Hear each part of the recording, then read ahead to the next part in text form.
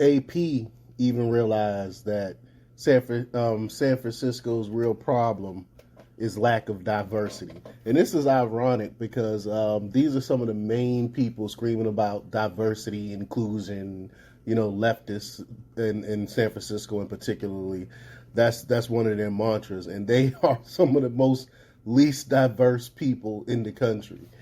But before we get started, go ahead and hit that like button, share this out so we can get this information out there. Subscribe if you're not already a subscriber, and hit that alarm bell so you know when I'm putting out new stuff.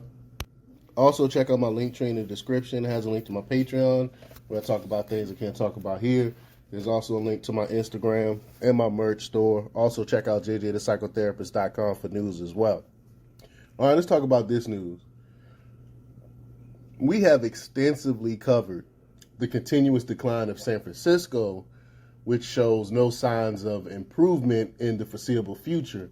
The city is facing various challenges such as homelessness, crime, drug overdoses, and business closures, which have contributed to its grim state. The Associated Press recently suggested a solution to this crisis by emphasizing the need for diversity, but not the typical racial or gender diversity. Instead, they proposed diversity in housing, aiming to attract people back to the downtown area. The streets of San Francisco are now filled with empty storefronts and going out of business signs. Major retail stores like Uniqlo, Nordstrom, Rack, and Anthropologie have closed, and even well-established malls and hotels are returning to lenders due to declining sales and foot traffic.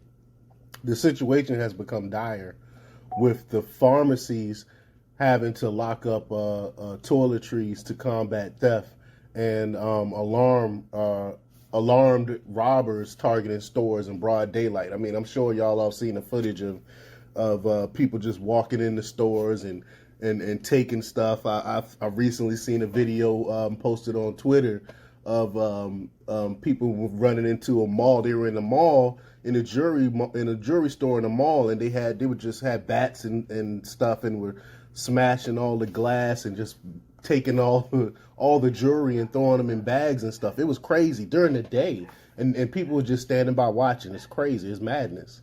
And San Francisco is not the only city facing these challenges. Many other downtown areas in the U.S. are grappling with similar issues after the pandemic, leading to a wake-up call: adapt and diversify or face decline.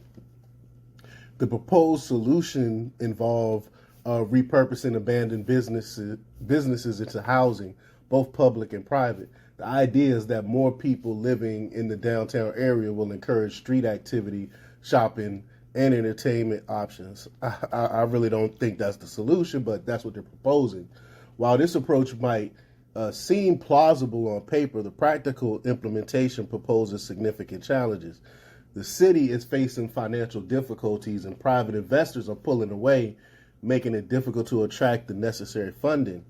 Moreover, the deteriorating conditions in the city, including high crime rates, rampant drug use, and unsanitary streets, deter people from moving into downtown areas. I mean, who would want to live there? It's a cesspool.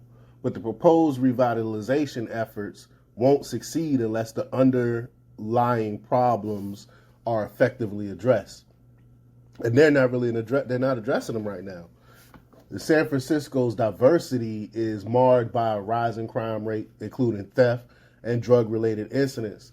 The city's overdose death toll, primarily from fentanyl, is on track to reach record levels. The unsafe conditions make it challenging for people to even park their cars, and the prevalence of public urination and drug paraphernalia creates an unlivable environment. Despite the love that some remaining residents have for their city, hope is fading due to the lack of effective action from both the state and municipal government. Progressive policies are being blamed for exacerbating the city's issues, yet authorities are reluctant to take the necessary tough measures to restore order.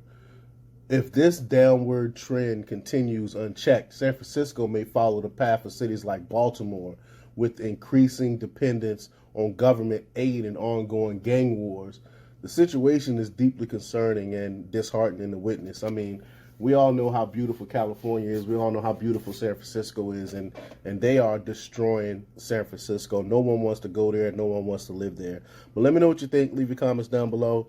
Like, share, subscribe, and check out jjthepsychotherapist.com for the latest in news. Until next time, peace.